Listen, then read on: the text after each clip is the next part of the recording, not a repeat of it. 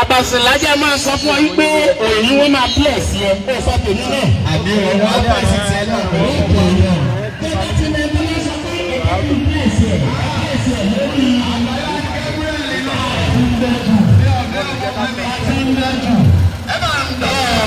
I will be blessed today. That was also be blessed today. Nípa ọ̀dọ́. I have a singular honor to work on the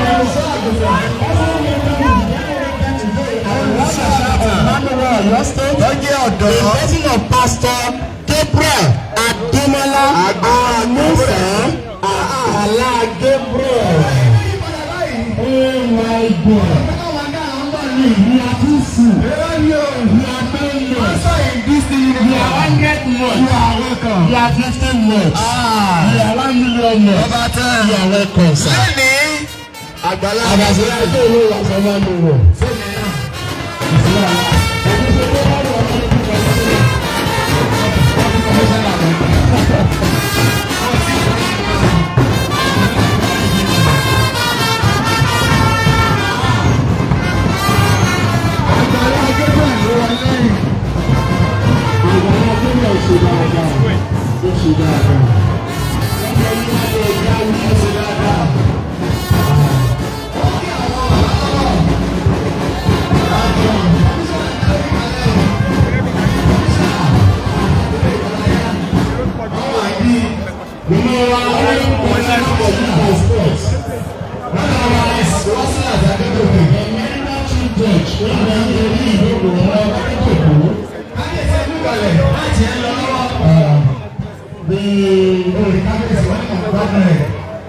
It's not easy.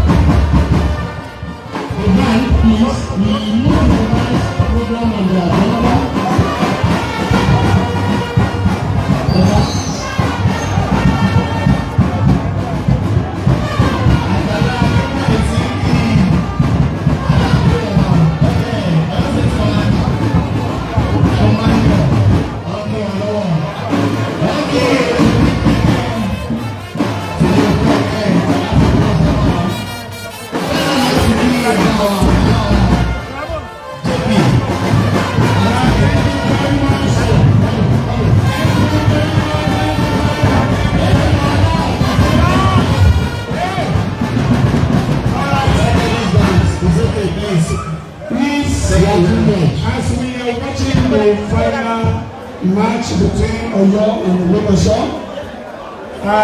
want to continue with other aspects of the program. Okay. So at this moment, I want to relate to Nigeria.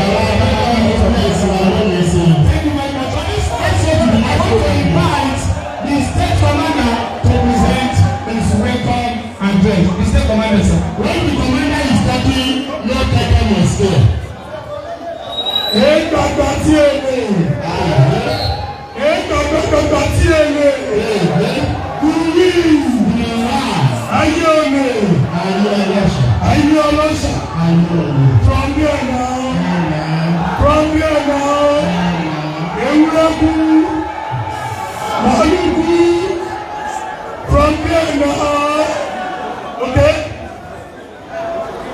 The executive governor of Oyo State and Landlord Commissioner, His Excellency Engineer Agbala Gabriel, ably represented by the Commissioner for Youth and Sport, the National Commander Man 1 Nigeria Oyo State Command, ably represented by the Regional Commander Southwest Regional Command, Assistant National Commander Ayode Adeoye, the Secretary to the State Government of Oyo State, Professor Mrs. Olanike Kudurat Adeyemo, Your Honor, Honorable Commissioner for Youth and Sports, Alhaja Wasilat Adefemi Adegoke, all past state commanders here present, ladies and gentlemen, all war marshals here present, members of state command executives, my Lord spiritual, all other protocols duly observed. It is with great pleasure that I stand before you today on the final day of the first ever sports festival organized in the issue of Manuel Nigeria, Oyo State Command, and thank Engineer Agbala Gabriel Sports Fiesta. This event is a testimony to one of the core objectives of our organization, which is to encourage members to discover themselves and have a greater awareness of themselves. Though the event is organized to foster unity, promote physical and mental fitness, and develop a sense of belonging among members. Before we commence this exciting match, I would like to take a moment to reflect on the purpose and function of the sports festival. While those type of competition is often seen as discipline and art, it is essential to remember that the spirit of competition in sport allows us to channel our energies into a positive and constructive outlet. By engaging in friendly competition on the football field, we can build character, learn valuable lessons, and develop essential skills such as teamwork, discipline, and perseverance. I would like to express my heartfelt gratitude to the governor of the Oyo State, Engineer Agbala Gabriel, and state government, and the Commissioner for Youth and Sport for their unwavering support, especially in enabling us to utilize this magnificent stadium free of charge. Your commitment to creating an enabling environment for youth development is commendable and greatly appreciated. I would also like to extend my sincerity to our spiritual father and the founder of Agbala Gabriel Church for a generous contribution toward the innovation of innovating our dilapidated office, space located within Army Children's School in Oyo. Although the innovation is yet to be completed, his efforts is transforming our office into a standard workspace that will document enhance our productivity and efficiency. Furthermore, I would like to acknowledge the hard work and dedication of the organizing committee led by one of our estate commanders, Alhaji Soni and his team. Their meticulous planning and attention to details have ensured that this event ran smoothly. I also like to recognize the regional commander, all the state leaders and entire members of Manuel Oyo State for their invaluable support in making this event a reality. In conclusion, I would like to wish all the participants an enjoyable and competitive match. Let us embrace the spirit of fair play and sportsmanship as we come together to celebrate the power of sport in transforming lives. Thank you all for your presence here today. Thank you all. Ẹ jẹ́ pàṣẹ fún ọ̀tọ̀ náà wá. Ẹ jẹ́ pàṣẹ fún wọn dáadáa. Ìyẹn tó máa ń dà yẹ kí. Lukman. Bí ẹ bá ṣí ìwé ọwọ́ yín. Ṣé ojú ewé àkọ́kọ́ bẹ́ẹ̀ bá ti ṣí awẹ́ ìyẹn lórí nínú ń bẹ̀? Ok. Ibẹ̀ ni a ti sọ díẹ̀ nípa ẹgbẹ́ Márùwọ̀. Ọ̀rọ̀ tó lè jẹ́ pé aṣèré rí bá ń gbọ́ for the first time. Bàbá wọn wò ìsàlẹ̀. Ìsàlẹ̀ àwọn àgbàgbà bá tọ́ bẹ̀ pé àwọn ìlójú kọ. Àkọ́kọ́ bẹ̀ náà ní ọ́fíìsì tó parí ń lọ tí ò ṣe ní dúró tí a ń ṣe lọ. Àti àwọn nǹkan táwọn àkóónú rẹ̀ bá parí ẹ̀ tí òfin ní jẹ́ òfìfo. Gbogbo àwọn nǹkan yẹn wà bẹ́ẹ̀ fún lábẹ́ wo bí àwọn bá ti transfer àkáǹtì Márùwọ̀ nìyẹn. Ìwọ ìsàlẹ̀ ẹ̀rù ń bẹ̀. Ìsàlẹ̀ kàṣí àpò. Ẹ̀ṣọ́ púpọ̀. Níbi tí a dé yìí, a fẹ́ máa ṣe ìfàmì ẹ̀yẹ dánilọ́lá àti àwọn bàbá ẹgbẹ́. Olùkọ́ báyìí tí a fẹ́ máa ṣe. Ẹni àkọ́kọ́ tí wọ́n sì kọ́kọ́ pè é fásawọ́dì láti wá fún decoration náà ní màmá wa. Èyí ni àkọ́kọ́. Ọ̀dọ́ àkọ́kọ́. Wow. Ní ìpínlẹ̀ Ọ̀yọ́. Àwọn náà ni àkọ́kọ́ ṣe decoration wọn. Wọ́n máa ṣá. Ó ti ẹ̀gbẹ́ pé 4 by 100 deliveries are expected to go to the starting point. ọgbẹ́ tá a fẹ́ gbà sí ni o. 4 by 100 deliveries. Ẹ máa ṣe ibi tí kọmíṣánná ti tó sí i náà wá òkè. A ti ń gbé wá dìde látàárọ̀ ṣùgbọ́n kọmíṣánná ò lè bínú náà ni. Ní àbáwọ̀ tí wọ́n sọ olóògùn wọ́n ti mọ̀ pé ó gbọ́dọ̀ ṣe bí Kọmíṣánná náà fit. àwọn gbọ́dọ̀ fit. Àwọn àbẹ̀. So màmá wa màmá justice bá ṣe máa ń pe màmá nìyẹn. Wọ́n bá wa fèrè sí wọn ní èjìká. Tí deputy chief of staff náà wọ́n lọ́wọ́ lẹ́gbẹ̀ẹ́ kan láti fi ìrànwọ́ sí wọn léjìká. Bá ń kó àwọn ara wọn yẹn. Wọ́n máa gbọ́ dá ara wọ̀ burú. Kọmíṣánná wọ́n tún bá ara wọ̀ fúnra wọ̀. Gẹ́gẹ́ bí ọ̀kan pàtàkì wọ́n máa ṣà ìyẹn fún wọn. Mánúwọ̀ Nàìjíríà. Wọ́n ti gba kíní ọ̀hún lọ́wọ́. We want to have the decoration of the Honorable Commissioner for Youth and Sports. She is to be decorated by Emeritus Chief Judge of Oyo State. Ọmọ wa Bájójókòó. Wọ́n ti ń dáàbò wọn léjìká àkọ́kọ́ èjì Secretary and the representative of the National Commander of Márùwọ̀ Nigeria. Deputy Chief of Staff, Assistant National Commander Akin Babalola. Aṣọ yìí wọ́n ń dáàbò kọmíṣánná yìí. Ọmọ wa kọmíṣánná àti ibi. Kò ní dáṣọ ìtẹ́. Wọ́n máa ṣe àbáyé o. Jagunjagun bẹ̀rẹ̀. Yóò bá wa sọ Márùwọ̀ tó wò ní láwọ̀ lápá ó kù díẹ̀ káàtó. Ó kọjá kékeré. No. Ó wù mí fa. No. Àdìsọ́ ló wù. Akim. Thank you very much. Commissioner máa salute mama. Commissioner máa salute mama báyìí. Wọ́n ti ń kí wọn. Mama ní báyìí la ṣe máa ń fọwọ́ kẹ́lẹ́ bá wọn gbé ó wà ń bẹ̀rù. Ẹ̀rọ wà ní Mọ́mí. Ẹ̀rọ wà ní kíni. The Honorable Justice now presents the award. Honorary membership award. Emeritus Chief Judge.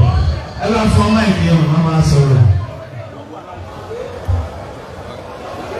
On behalf of Oyo State Command of the Márùwọ̀, I present you this plaque.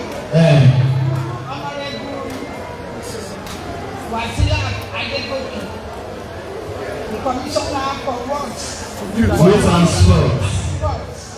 in recognition of your contribution to the growth and development of the group, serving to humanity and support the communication.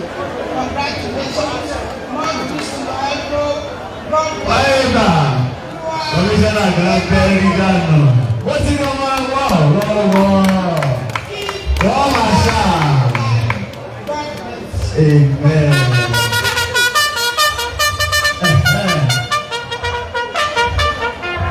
Now the certificate that by this appointment is going to Ketu, all the way from the state of Osun. Regional Secretary. He is going to present the certificate of office of the Honorable Commissioner. Six. Ọ̀gá wa ní House of Assembly ní Ọ̀ṣun State. To be presented by the Regional Secretary of Man-Owo, Southwest Region, and the Western State Commander of Osun State. Manoolu. Wow. Regional Commander, Assistant Commander, Adeyeye. Ola. The State Commander of Man-Owo, Oyo State Command. All people do observe. That of Man-Owo, Oyo State Command. I have the singular honor to present this award to you as very certificate of membership of Man-Owo in Oyo State Federation. Congratulations. Ìwé ìrètí ṣe máa. We shall be learning very much about with the beginning of the Kọmíṣánná máa sọ̀rọ̀. Kọmíṣánná máa sọ̀rọ̀ ṣùgbọ́n a sì ń bọ̀ bẹ́ẹ̀. ọmọ commission. Bọ́sẹ̀ bíi pé màmá ọmọ ọmọ ọmọ sọ̀rọ̀. Mọ́mí ẹ ti kó ìpàtàkùtàkù lórí ọ̀rọ̀ yìí o. Ẹ̀sẹ̀ wọ́n ní abẹ́kẹ̀ ẹgbà wọ́n yíyàn àbí ẹgbà wọ́n yíyàn jù. Kí tí ẹ̀bẹ̀ lẹ mú wá yẹn káyé gbọ́dọ̀ pàtà mi kọ́ wà náà. Mọ́mí ni wọ́n mọ ìlú tí ń bẹ́. Prayer yẹn prayer yẹn ló ń bọ̀ ìlú ti wá já prayer yẹn ló ń kù. I stand on the already established protocol. Mo kí gbogbo ẹ̀yin èèyàn tẹ́ wà ní pàápàá jùlọ ambassador of the group who is a female, that is the commissioner for youth and sport. Like pride to womanhood, and you will continue to keep the flag flying. I greet all ex-commanders, everybody have stood on the already established protocol. Àmọ̀ wípé inú mi dùn láti wà bí ìlú èyí láti kọ́kọ́ tẹ̀lé the first item of this ceremonies fiesta. In view of the personality of our neighbour governor, this fiesta will not die. It has just started. And I am donating a trophy to the man of Man-Owo. To those of us who are already in this establishment and the young ones coming after us, I've been in this establishment for over 30 years. I'm a chief board myself.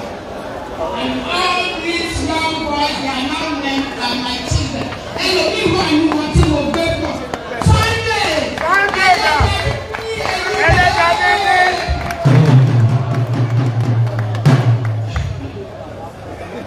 Mo dúpẹ́ lọ́wọ́ Ọlọ́run wípé kí ìfisẹ́ ẹjọ́ pẹ́tẹ́tẹ́ bá ń sọ̀rọ̀ ló kí pariwo that is something. Man-Owo, content of my cup. That is the lifetime movement. I will not do that. Like I move my thoughts to anywhere to educate.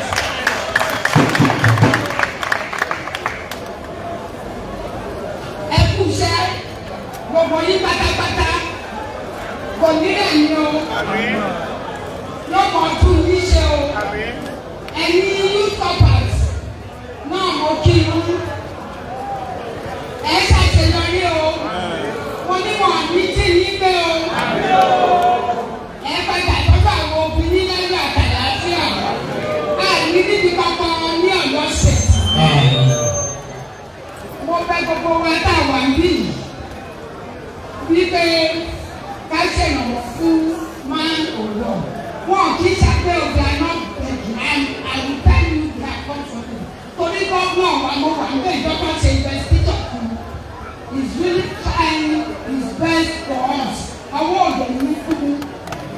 ṣùgbọ́n wọ́n ní àgbájọwọ́ la fi ń bẹ̀rù lórí.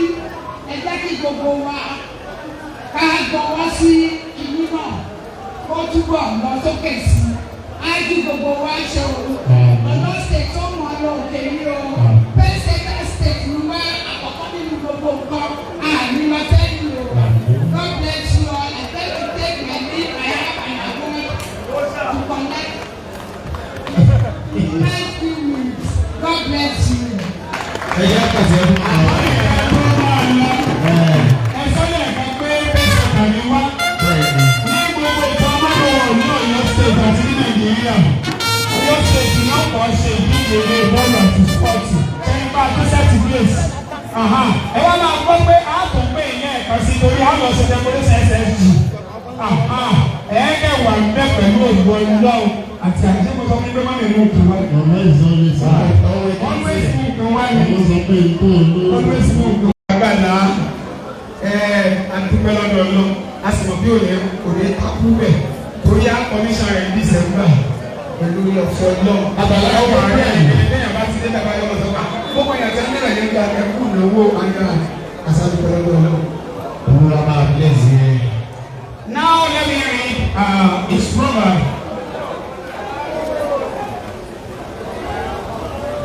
Yes, ẹ jẹ́ ká gbọ́. Page 16.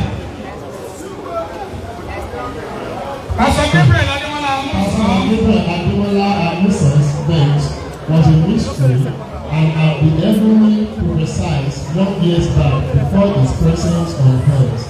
According to the divine prophecy that came to Amusa family, Mr. Olawale and his wife to be expected become a covenantal child that will uplift the glory of the family and most important the Agbala Gabriel Apostolic Church along the line. Amusa family gave birth to the daughter, but this particular was not to be expected, as the prophecy specified a male child named Gabriel. Few years later, the prophecy came to pass, and the covenant child was born in Oyo State named Gabriel, and started his early life not appearing as the covenant child. Pastor Gabriel Amusa is a native of Biography in Oyo State. He schooled in Golden Heritage International in Lagos. As a child, he faced a lot of challenges academically, economically, socially, and spiritually. Due to the death of his sponsor, he could not complete his secondary school. As he grew up, he discovered his hidden potential in playing of a drum. This he played for over 10 years, following various engagements in strenuous stuff like walking or pure water in the Koto area of Lagos, bus conductor and Igbo as road carrier popularly known as Alagaru, regarding the divine prophecy, Pastor Gabriel Agbala received God's call and started his ministry as Agbala Gabriel Olorunsogun branch. Moreover, he still marveled till today being a pastor because that is what he hated most. Due to financial instability, he was given a quiet notice at his rented apartment house at Olorunsogun and invited to Oluwo in 2018. His migrating thoughts painful was God ordained as it fulfilled the plan of God for his life. Initially, his ministry faced a lot of challenges as he struggled with ample number of members. To the glory of God, the plan of God has been fulfilled, and today he is on the path to what God wanted him to be. He has been up and going in bringing sinners to God. Without missing words, Pastor Gabriel Agbala Amusa, a generous man par excellence, is a blessing to his generation, as his foundation ministry has blessed thousands of people, most especially the aged and the widow. I will be blessed today. Little wonder is his name upon Arugbo. He is married to Mrs.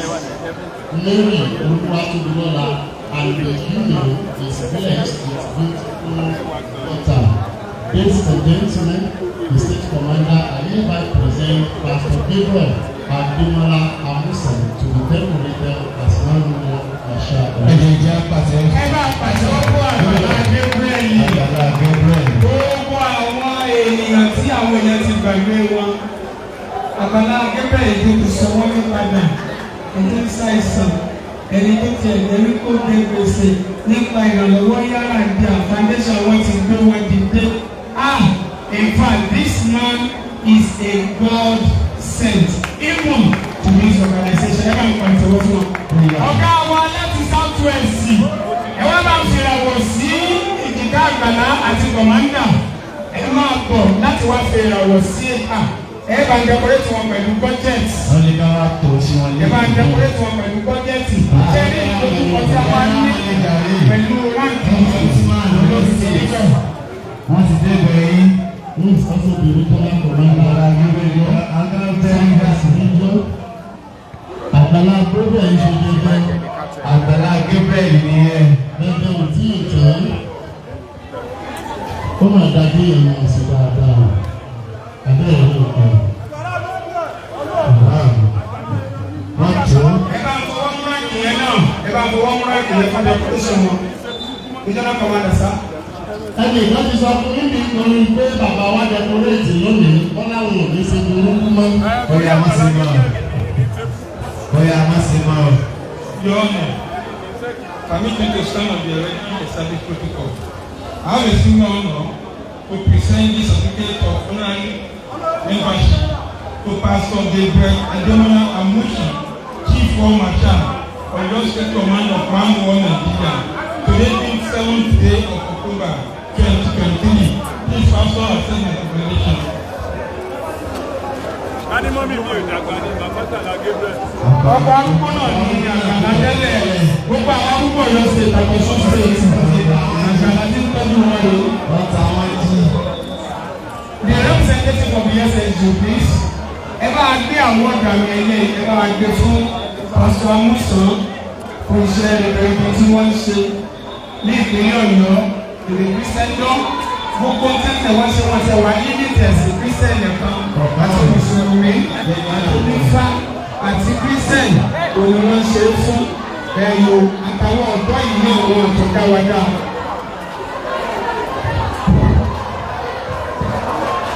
On behalf of the SSG, Professor Imani Agbala Gabriel, and on behalf of the Landlord, I'm presenting this plan to you, the recognition of your contribution to the good and development of the youth, service, and improvement and support for our non-rural organization.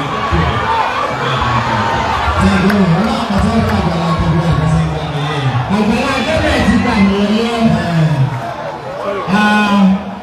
Eléyìí kọ́kà àkíyèsí nǹkan ni wọ́n náà ní ká gbọ́ response. Ní báyìí, bàbá fẹ́ bá ilé sọ̀rọ̀. Mo mọ̀ pé áfì kankan ṣe ìdílé àmì ẹ̀yẹ tó rẹ̀. Iṣẹ́ rere òṣìṣẹ́ mẹ́rin ló ń dúró. Kódà ìsìnkú ó dúró àpẹ́s. Amen. Amen. Nípa orí òfin Ọlọ́run, by God's grace, I am here to appreciate God. Ọlọ́run nìkan ló tó gba ògo. Gbogbo tó ń ṣẹlẹ̀ nílẹ̀ nípa orí òfin Ọlọ́run ni. Everything happening here is by God's grace, by God's mercy. And we are here to return all glory, all honor, all adorations to God. Amen. So mo lè fẹ́ kí àwọn tí wọ́n gbé ìpàdé ìkàlẹ̀ I want to salute the estate manual, right? It's manual. So láti rí commander wọn títí dé ẹni tó gbé yìí. So I want to salute you. I pray that the Lord God uphold you. The Lord God bless you and shower His mercy upon everyone here. So wọ́n lè fún àpótẹ́ gbogbo àwọn tí a jọ pé wọ́n kò sí bí láti celebrate ohun tí wọ́n ṣe lónìí. What we are doing is not by my own power. It's easy by my own strength, by God's grace. So by God's grace, I am still willing I'm promising to do more. And it's a great time actually. But whenever they call upon God in our life, we will always respond vividly. God bless you. Agbala Gabriel ẹgbẹ́ yìí lọ́sà, ọmọ ẹgbẹ́ kọ́lá ní sábà ọmọ ẹlẹ́nu màrí náà nítorí gbogbo ẹ̀ lábẹ́rẹ́ rí ọlọ́run ò ní pín pálákàlọ́ náà àti bẹ́ẹ̀ àti bẹ́ẹ̀ náà ni ò ní dààmú. Agbala Gabriel nìsà nígbà tí gbogbo ẹ̀ ń gbọ́nú ara wọn àwa náà rí àwa sì wà nínú ẹgbẹ́ tó kẹ́kẹ́ kèé fi owó kèé fi ipò èèyàn ṣe láti fún yàn lábẹ́ ẹ̀yà àbí láti lẹ́yìn ìdárayá pẹ̀lú àmì ẹ̀yẹ gbogbo tọ́lọ̀ bá ti lẹ́mọ̀ ṣe bàbá lágbára ọlọ́run bẹ́ẹ̀ ó sì lọ́jú bẹ́ẹ̀ lọ gbogbo tẹ inú pè mí jù kéńtọ́ kẹ́ẹ̀kan fún wa bí lọ́ọ̀sì mẹ́ta kẹ́ẹ̀kan ká máa lò ó má ní wọ̀ ẹ̀fà máa lò ó ẹ̀fà máa lò ó. ọmọ sọ wọn ti ṣe ó ti rí bẹ́ẹ̀ bí ó ti rí bẹ́ẹ̀ gbogbo bá nu wẹ̀ pàtẹ́wọ́ wọ́n mọ̀ pé yóò rí bẹ́ẹ̀ ní tí mo mọ̀ ní Agbala Gabriel lẹ́dùndé Agbala Gabriel pápínúwẹ̀ Agbala Gabriel èyí Agbala Gabriel ìyàmúkẹ́ Agbala Gabriel bàbámúkẹ́ ọ̀pọ̀ dáa ẹ̀ẹ́dẹ́gbẹ̀rẹ̀ ẹ̀ẹ́dẹ́gbẹ̀rẹ̀ wọn ní àtẹwọ́ tó ń lè bí ọ̀wàrà jù. Kẹ̀rẹ́sẹ̀lẹ̀ MCP mẹ́rin ní bẹ́ẹ̀ bí sá MCP mẹ́rin nítorí wọn kò ní ẹsẹ̀ wọn yé ẹsẹ̀ tó kù ní àbàsílẹ̀ orí rédíò ní ti ń sọ̀rọ̀ akíkúmi rèé orí rédíò ní ti ń sọ̀rọ̀ tùlágẹ́lù rèé orí rédíò ní ti ń sọ̀rọ̀ ẹ̀dùnfẹ́ kọ́lọ́kọ́tọ̀ ní àgbẹ̀ bóyá yóò pọ̀jù nínú wájú èdè ìdò fẹ́ pèdè ilẹ̀ fresh air for bí àyè ẹ̀jẹ̀ ẹ̀sìn kẹ́kẹ́ náà yé àmẹ́ sí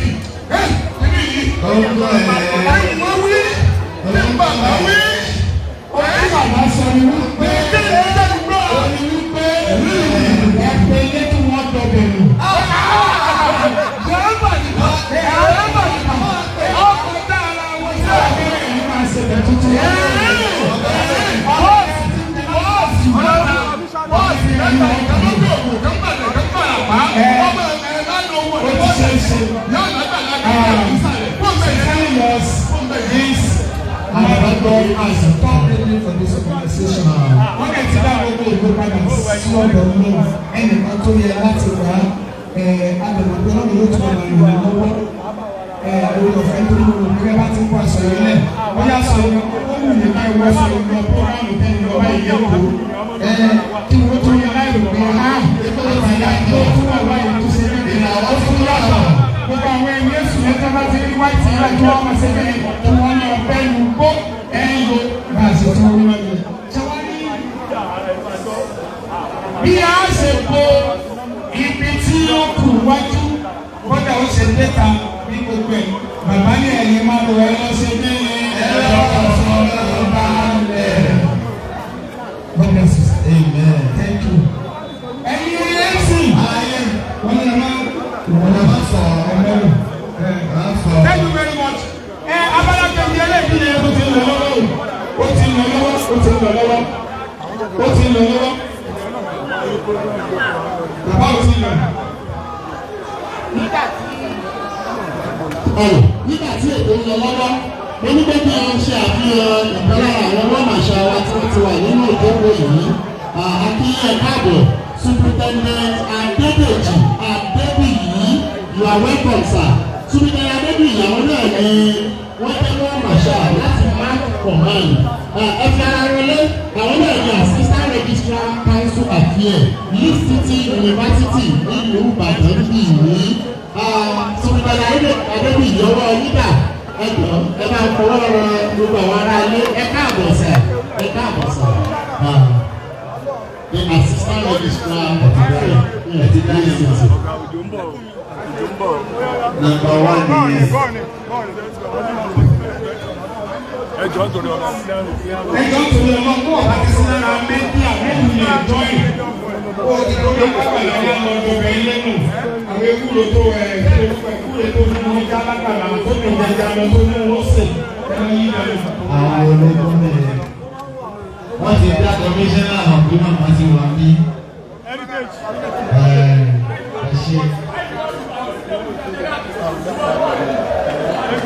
Agbala Gabriel ti wà ní ó ti gba àwọn kọ́ra wọ̀. Kò dẹ̀ ní bàjẹ́ báyìí. Ilé ìfowó àṣà ìṣe àǹtí. Mo láyọ̀ láti kéde fún wa pé ká bá wọn kó nǹkan yìí eléyìí tí a fi sọ sọ̀rọ̀ yìí wọ́n kájú ẹ̀ gidi gan ni ẹni tó ṣe agbátẹrù ẹ̀ orúkọ wọn náà ní jẹ́ Àánú Olúwa Music International. Ẹ̀mí tó tó yà mí lẹ́nu nípa tí ó ní àwọn nǹkan ọ̀rọ̀ yìí wá lọ́nà ní pé ẹni tó wà physical challenge nípa ọ̀rọ̀ ojú tó náà lẹ́nu tó tó kiri yìí wá. Ẹ̀rí pé ti ẹgbẹ́ fún rẹ̀ ní gbogbo ẹ̀fẹ́lẹ́lẹ́ tó ṣe òun náà ní ọ̀pọ̀lọpọ̀ èèyàn ń ṣe. Àwa tí a bá fẹ́ rí wọn alẹ́kọ̀ọ́ kọ́ńtàtì wọn láti sì máa bẹ̀rẹ̀ sí wọn. Àánú Olúwa Music International ìkéde tẹ̀sánwó fún ohun ṣe yẹn ọ̀rọ̀ tí wọ́n ṣe kọ̀. Thank you very much. Thank you very much. Thank you very much. Lára àwọn ènìyàn kan tó nífẹ̀ẹ́ ọ̀dọ́ nípìnlẹ̀ Ọ̀yọ́ tí wọ́n sì máa ń ṣe fún ọ̀dọ́ is somebody that has contributed a lot to the youth development in the state.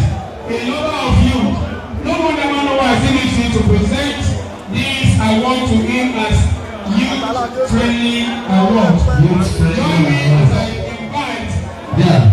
We stand before this honorable guy, the honorable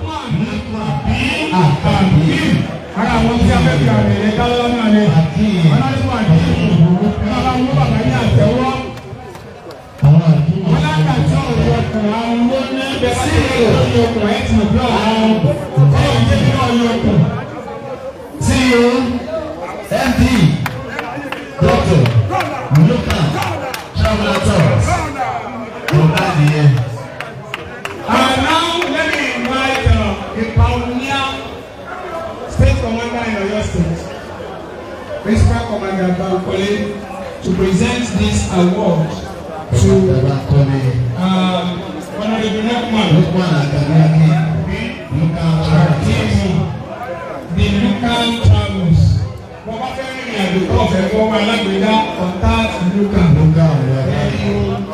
Bí o bá fẹ́ rẹ Mẹ́kà, o bá fẹ́ lọ ájì, o bá fẹ́ lọ múra.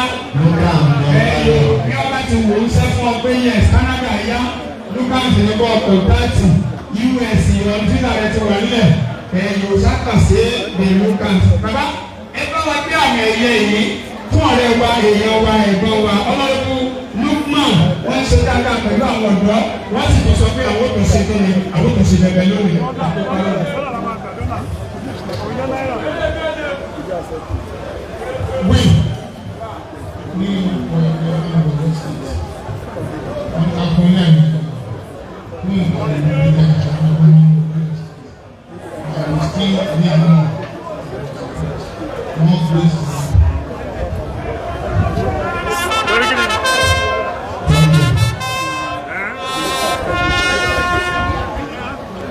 Look, I'll back you on the banner. I'll